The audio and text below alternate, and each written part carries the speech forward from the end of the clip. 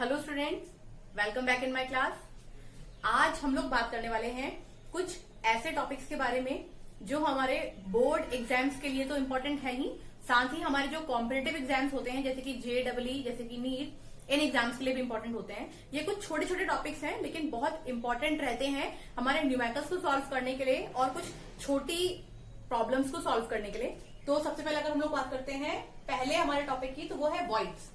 Voids मतलब interstitial space. जब भी हम लोग बात करते हैं कभी किसी एक क्रिस्टल की, तो हमें पता है क्रिस्टल के कॉर्नर्स के ऊपर 8 एटम्स हैं। वो 8 एटम्स जब किसी भी एक क्रिस्टल को ऑक्यूपाई करेंगे तो सारी स्पेस तो ऑक्यूपाई कर नहीं लेंगे। जैसे कि हम लोगों ने कल भी बात की थी कि अगर हम लोग कुछ एटम को एक क्रिस्टल के अंदर अरेंज कर रहे हैं तो वहां पर कुछ इंटरस्टिशियल स्पेसेस जो हैं वो खाली बच जाती हैं। तो ये स्पेसेस तो ऑक्यूपाई नहीं हो पाई है, तो जो ये अनऑक्यूपाइड स्पेसेस हैं इनको हम लोग कह सकते हैं कि ये होते हैं हमारे वॉइड्स। अब हम लोग बात कर लेते हैं कि वॉइड्स कितने टाइप के होते हैं। तो अगर हम लोग बात करते हैं टाइप ऑफ वॉइड्स की, तो 2 टाइप के वॉइड्स होंगे। टेट्राहेड्रल वॉइड होगा, TD डिनोट करते हैं हम लोग। ऑक्टाहेड्रल वॉइड होगा, OH। अगर हम लोग बात करते हैं टेट्राहेड्रल वॉइड की, तो देखिए टेट्राहेड्रल स्ट्रक्चर किस तरह से जनरेट होता है। ये कुछ हमारा स्ट्रक्चर होता है टेट्राहेड्रल का, जहां पर सेंटर पे एक एटम है, बाकी कॉर्नर्स पर 4 एटम है। तो ये एक जनरल स्ट्रक्चर है टेट्राहेड्रल का।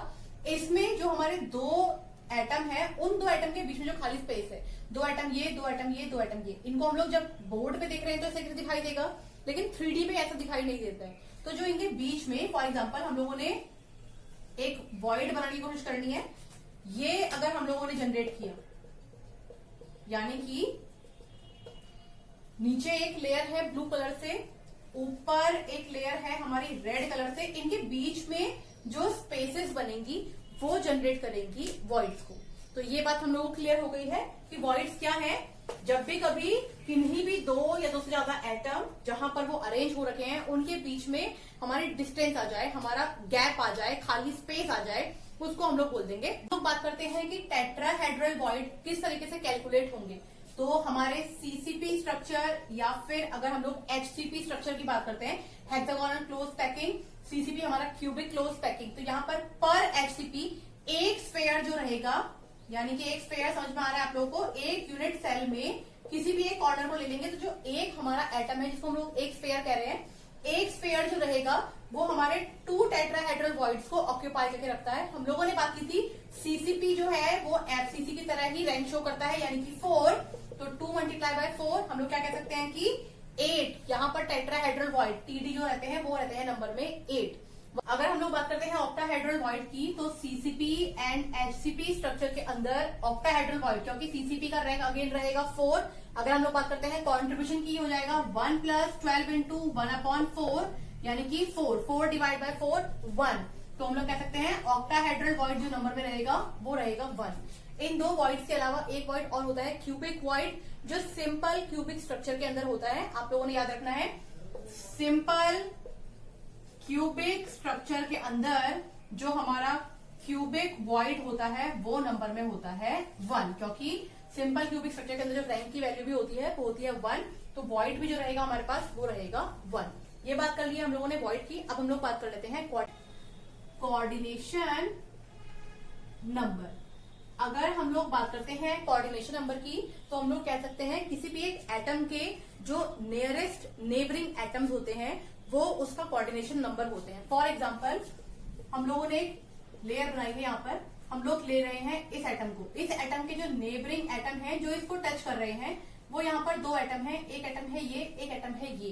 तो हम लोग कह सकते हैं कि जो हम लोगों ने एटम लिया था फॉर एग्जाम्पल A, उसका कोऑर्डिनेशन नंबर है 2।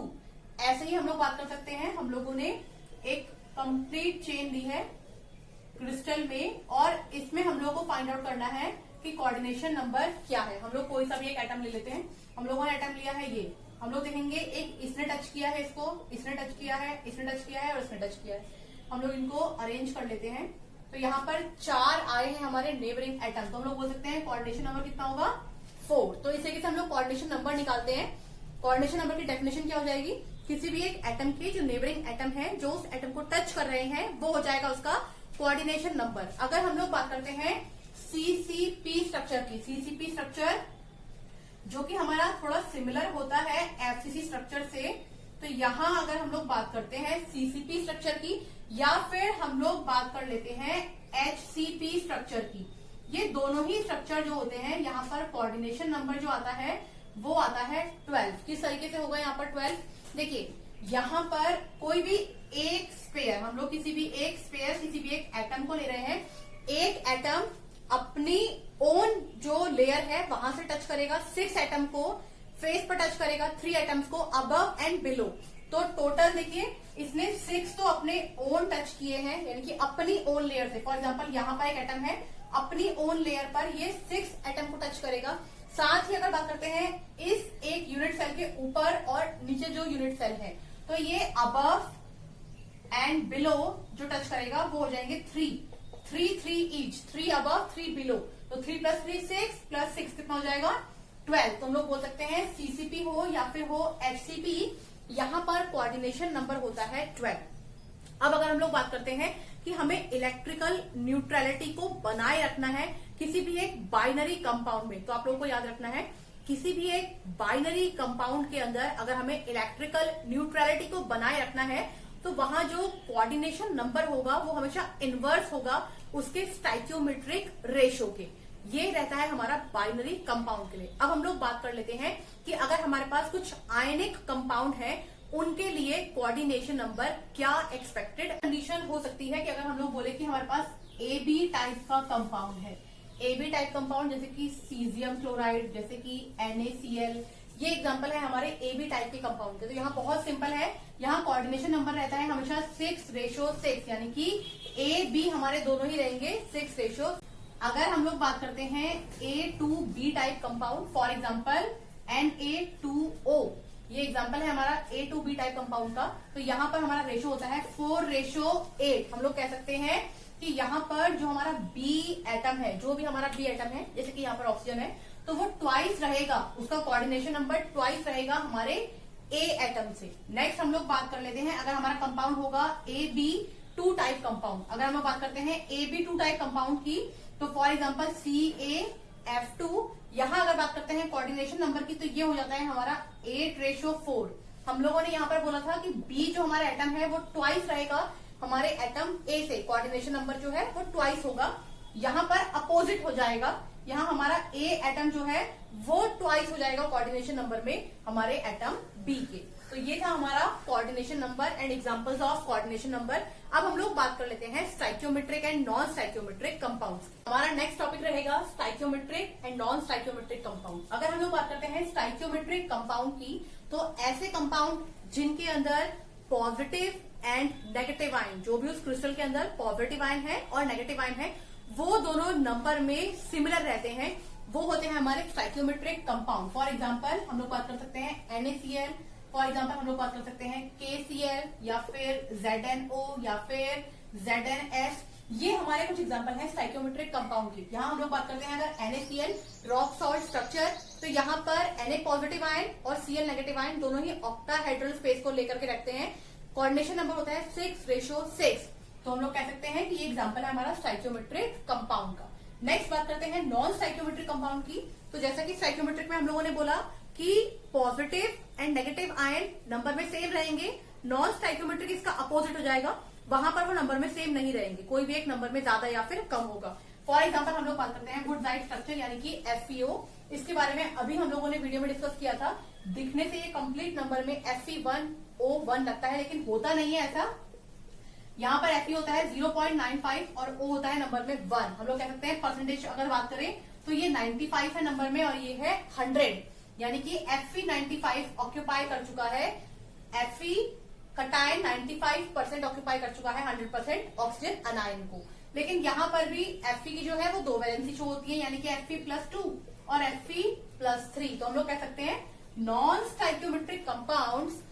स्टाइकियोमेट्रिक कंपाउंड वो कंपाउंड है जहां पर मेटल जो रहेगी हमारे कंपाउंड के अंदर वो वेरिएबल ऑक्सीडेशन स्टेट को शो करती है। तो यहां से आप लोग अगर कोई और एग्जांपल भी हमारे पास आते हैं उनको भी एक्सप्लेन कर सकते हैं कि ये स्टाइक्योमेट्रिक कंपाउंड है या फिर नॉन स्टाइक्योमेट्रिक। कर लेते हैं कि क्या स्टाइक्योमेट्रिक कंपाउंड को नॉन स्टाइक्योमेट्रिक कंपाउंड में कन्वर्ट किया जा सकता है।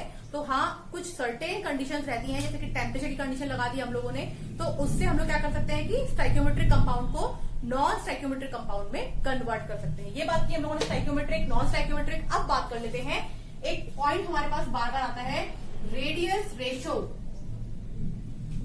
अगर हम लोग बात करते हैं रेडियस रेशो की, तो रेडियस रेशो को डिनोट करेंगे हम लोग आर से। रेडियस रेशो इक्वल टू होता है रेडियस ऑफ पॉजिटिव चार्ज, यानी कि हम लोग कह सकते हैं cation, divide by radius of negative charge, यानी कि हम लोग बोल सकते हैं अनायन। किसी भी एक कंपाउंड के अंदर, फॉर एग्जाम्पल हमने कंपाउंड ले लिया है ए बी, किसी भी एक कंपाउंड के अंदर जो कटायन है और जो अनायन है, इनकी जो रेडियस का रेशो होता है, इनकी जो रेडियस होंगी उनको जो हम लोग रेशो में लगाएंगे वही होता है उसका radius ratio. Radius ratio helpful रहता है कोऑर्डिनेशन नंबर फाइंड आउट करने के लिए किसी भी एक कंपाउंड का। तो ये हमारे कुछ छोटे छोटे टॉपिक थे इस चैप्टर के, जिनको हम लोगों ने इस वीडियो में डिस्कस किया है, जो बहुत यूजफुल रहने वाले हैं हमारे आगे आने वाले वीडियोस के लिए। आज के लिए इतना ही, थैंक यू।